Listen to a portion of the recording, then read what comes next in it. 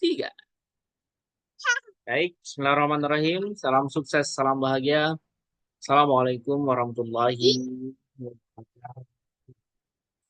Bismillahirrahmanirrahim. Teman-teman semuanya, kembali lagi kita di program Public Speaking Academy. Tentunya kita akan memasuki sesi yang ke-10. Bagaimana mestinya kita sudah melalui sesi 1, 2, 3, 4, 5. Kita membahas sebuah mental, growth mindset, grit, positive thinking, dan yang lainnya. Dan bahkan kita saat ini di sesi 6, 7, 8, dan 9 hingga 10, kita memasuki bagian dari soft skill. Teman-teman semuanya, saya ucapkan selamat datang buat kita semuanya. Langsung saja. Yes. Welcome. Antar saya. Teman-teman semuanya, kali ini kita spesial ya. Tentunya saya ditemani Ananda ya. Ananda Ayasa Sabina di malam hari ini. Kita mulai sesi yang pertama. Sesi 10. Kembali lagi, salam kenal teman-teman semuanya. Ini teman-teman semuanya boleh panggil saya Kang Najar, atau Coach Najar, atau lain. Senyaman mungkin silahkan teman-teman semuanya panggil. Bagi saya salam kenal dan salam hormat. Tentunya ini bagian dari proses kita untuk terus bertumbuh dan berkembang. Karena sejatinya sebagai manusia, sebagai seorang muslim, sebagai seorang pembelajar kita terus belajar. Kapanpun dan dimanapun. Dan inilah hasil dari beberapa sertifikasi dan tentunya kita semakin terus belajar dan sesi 10 kita akan membahas komponen komunikasi. Public speaking itu bagian dari komunikasi teman-teman semuanya.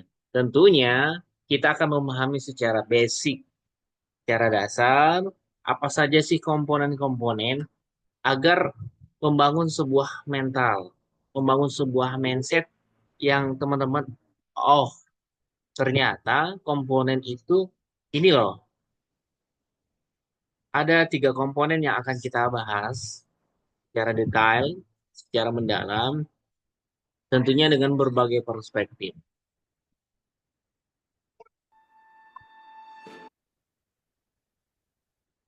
Nah, komponen komunikasi ini sangat penting kita pahami sebelum kita membahas formula, sebelum kita membahas rumus-rumus, referensi, struktur.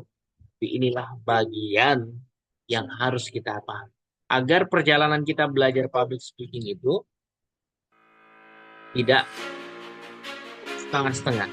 Jadi teman-teman itu tahu, saya ternyata baru di level ini. Sekarang teman-teman semuanya, ada 3P. Pembicara, pesan, dan penerima.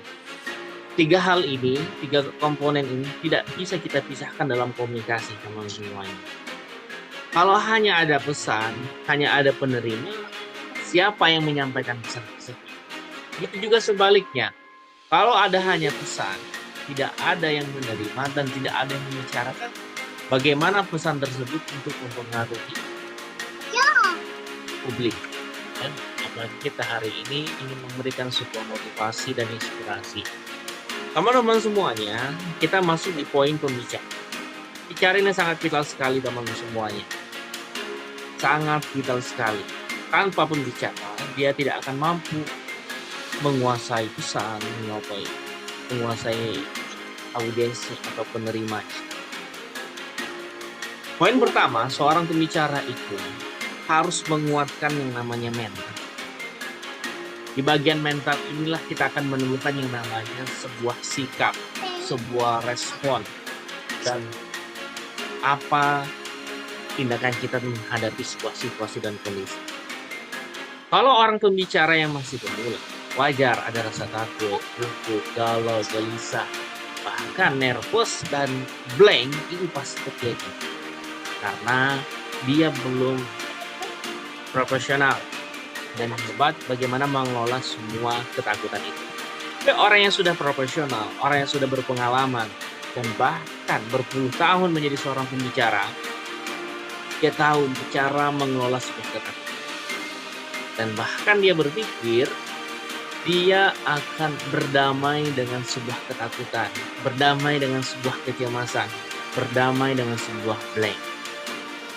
Jadi mental inilah yang perlu kita kuat. Kemarin saya kelas perdana public speaking untuk anak-anak SMP dan SMA. Saya tanamkan kepada mereka bahwasanya 5 pilar public speaking itu harus kita miliki. Salah satunya adalah yang saya ekstrak dari berbagai referensi adalah itu tentang hati, kolbu, jantung. Jadi bagaimana hari ini kita itu memiliki namanya sebuah niat yang tulus untuk belajar, terutama dalam komunikasi.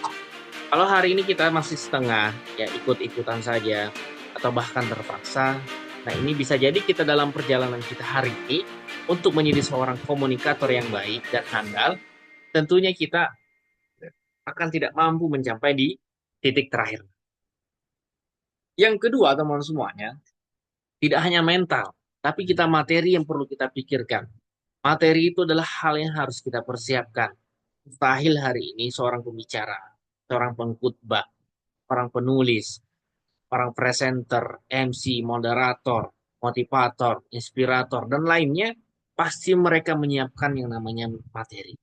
Setelah mental mereka kokoh, kuat, pasti yang mereka pikirkan adalah materi. Kira-kira materi apa yang cocok dengan audiens? Tidak serta-merta, ya, kita mengisi sebuah materi yang ada di kota A, kemudian kita bawa lagi di kota B, itu belum tentu sama dan cocok dengan audiens. Nah, maka ini harus yang namanya by analysis, teman-teman. Jadi materi itu perlu kita persiapkan. Dan yang terakhir adalah penampilan. Penampilan ini sangat banyak. Satu, dari segi visual. Apa yang mau kita lihatkan. Dan ini harus relate dengan kondisi sebuah kota atau negara. Dan bahkan lingkungan kita hari ini. Kalau kita mengisi sebuah materi, menjadi bawa acara, moderator, dan bahkan narasumbernya, datang ke kota Jawa, maka setidaknya ada outfit atau bagian di tubuh kita itu yang ada khas Jawanya. Itu sebagai contoh. Apalagi selain outfit atau visual, dan kita tentunya slide atau PowerPoint kita itu harus juga menyesuaikan dengan budaya yang bisa. Setidaknya ada ciri khasnya juga terus kita kaitkan. Dan yang ketiga, penampilan ini saatnya kita memikirkan dan membayangkan bagaimana kita tampil di panggung. Dari senyuman kita, dari mata kita, dari rambut kita, dari jilbab kita, dari gerakan tangan kita, dan bahkan cara berjalan kita hari ini. Jadi semua itu perlu kita pikirkan, perlu kita desain. Ya, hari ini mustahil teman-teman semuanya. Kita datang dengan seadanya. Tapi saya yakin di Indonesia ini sangat banyak sekali beberapa tokoh yang sangat sederhana penampilannya, tapi cara berbicara itu sangat berbobot. Jadi itulah tiga hal yang harus dimiliki orang pembicara. Mentalnya, materinya, dan penampilan. Lanjut teman-teman semuanya, kita masuki bagian pesan. Pesan ini sangat penting sekali. Sangat penting sekali. Hadirnya pembicara, maka dia harus memikirkan namanya sebuah pesan. Kira-kira gagasan apa yang bisa memperbarui pemikiran audiens. Kita memang nggak bisa untuk mengubah pikiran setiap audiens kita, setiap publik. Tapi setidaknya kita ini membuka cakrawala berpikir mereka dari referensi yang sudah kita siap, dari gagasan-gagasan apa yang kita tawarkan. Kita ingat teman-teman semuanya, kita tidak bisa mengubah. Yang ada kita hanya bisa menambah wawasan audiens. Dari semua itu, pesannya harus kita pikirkan. Apakah menggunakan video, menggunakan lightingnya, menggunakan sebuah penampilan kita, simulasi, diskusi, dan yang lainnya. Yang kedua, kita harus siapkan materi kita harus terstruktur agar tersistematis. Jadi kalau sudah terstruktur dan sistematis, pastinya di otak kita ya secara psikologi kita akan mudah menyampaikan materinya karena kita sudah membuat pesan itu terstruktur dan sistematis. Nah, contohnya bagaimana? Nah, sekarang teman-teman lihat materi yang saya bawakan malam hari ini namanya terstruktur dan sistematis. Jadi teman-teman tahu ada tiga komponen komunikasi. Ada tiga P kita singkatnya. Kemudian setiap bagian itu memiliki tiga poin, dan 3 poin. Untuk apa? Agar audiens itu mudah memahami, mudah mencernanya, dan mudah mempraktekkan. Yang terakhir, referensi teman-teman semuanya. Hari ini, seorang pembicara itu harus memiliki sebuah referensi agar menjadi sebuah solusi, agar menjadi sebuah inspirasi, agar menjadi sebuah motivasi. Hingga referensi itu membangkitkan namanya sebuah aksi yang. Jadi dari referensi menuju aksi itu perlu yang namanya sebuah referensi. Referensi yang kokoh, kuat, ya. Saya itu diajarin oleh Kang El itu ada 4 level referensi, ya. Nah ini saya nggak mungkin bahas di sini. Ada forum khusus dan itu materinya sangat eksklusif sekali, ya. Sangat eksklusif membahas materi itu. Ada materi yang pondasi banget, ya.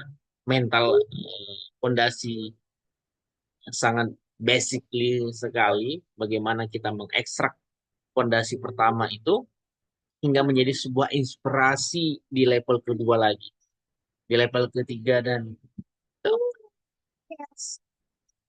nah sekarang teman-teman semuanya pesan sudah kita siapkan gagasannya dan kemudian kita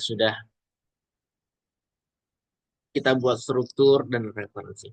Nah sekarang kita akan menyesuaikan lagi dari penerima atau audiens. Nah, analisis. Apa sih yang kita analisis? Satu, ya, latar belakang dari audiens itu. Berpendidikan atau tidak. Kemudian mereka itu siapa? Pelajar, mahasiswa, instansi, atau sudah lanjut usia. Mereka backgroundnya apa? Bekerja atau tidak? Itu kita analisis. Sukunya apa? Mereka sering makan apa? Bahasa mereka seperti apa? Semua yang bisa kita analisis. Itulah yang akan kita jadikan sumber referensi, mendesain sebuah materi, dan mendesain cara penyampaian kita hari ini. Nah, teman-teman semuanya, analisis ini kadang saya sangat tertantang sekali. Diundang dalam Hamin 1 bulan itu sangat menantang sekali dengan aktivitas yang saat ini saya jalani. Apalagi diundang dalam Hamin 7 dan bahkan yang lebih menantang lagi itu Hamin 1. Mungkin barangkali panitia itu nggak memikirkan. Ngomong itu sangat mudah. Ngomong penting itu yang paling sulit. Bukan yang penting ngomong, tapi kita ngomong penting ya, berbobot, bermakna. Papa, iu, iu, iu. Itu yang analisis. Yang kedua teman semuanya kita tipe belajar. Ada 3 tipe belajar. Ya, tipe kinestetik. Ini seperti anak saya yang di belakang ya suka gerak. Kemudian auditori, dia cukup mendengar aja. Dan visual. Ada juga tipe campuran. Nah, tipe belajar ini kita harus siapkan.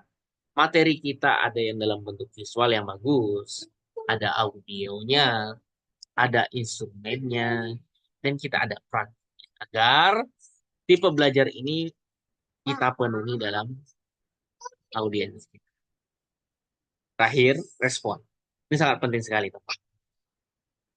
Dari pembicara, dari pesan penerima, yang terakhir kita lihat adalah ketika dalam perjalanan kita menyampaikan sebuah materi tersebut, kita bisa melihat respon peserta. Apakah apakah mereka ini terlihat antusias? Apakah mereka terlihat semangat? Apakah terlihat biasa? Dan bahkan yang lebih parah lagi dalam respon mereka adalah mereka main HP dan bahkan ada yang tertidur.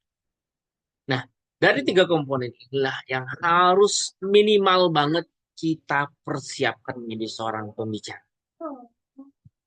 Yes. Melawan semuanya, kita persiapkan satu demi satu. Ini dicicil teman-teman semuanya. Sangat dicicil sekali. Dalam satu malam, wah ini nggak akan selesai. Jadi kalau saya pribadi, biasanya ketika diundang dalam forum-forum resmi, level mahasiswa maupun organisasi dan hingga perusahaan, saya biasanya menganalisis. Saya minta komunikasi, minta waktu kepada peserta untuk apa sih yang sebenarnya dibutuhkan oleh seorang peserta. Ya, jangan sampai hari ini kita berbicara dengan gagasan yang terstruktur dan penuh referensi, tapi gagasan itu tidak dibutuhkan oleh audiens. Hasilnya apa? Nihil. Nah, sebelum semuanya, dari sebuah perjalanan saya, ya, sejak 2014, asal ngomong, 2018 menjadi seorang pembicara di level kampus, dan bahkan sampai detik ini, saya menyimpulkan semuanya bahwa persiapan secara detail belum tentu membuat penampilan kita sempurna. Saya ulangi, persiapan yang sangat detail, ya, hingga cara berjalan kita, hingga cara berbicara kita, hingga cara kita ngomong, itu belum menjadi sempurna. Tapi inilah adalah persembahan yang penuh makna. Artinya apa? Kita sungguh-sungguh mempersembahkan apa yang betul kita persiapkan. Tapi sebaliknya, kalau kita hari ini diundang secara dadakan dan bahkan diminta ngomong apa adanya, mau tidak mau kita memberi kata demi kata, paragraf demi paragraf, alinea demi alinea, dan hingga menjadi sebuah narasi yang berbobot dan bermakna. Lebih baik kita berbicara 30 detik dengan penuh makna daripada kita berbicara 30 menit hanya dengan salam sukses, salam bahagia. Assalamualaikum warahmatullahi wabarakatuh.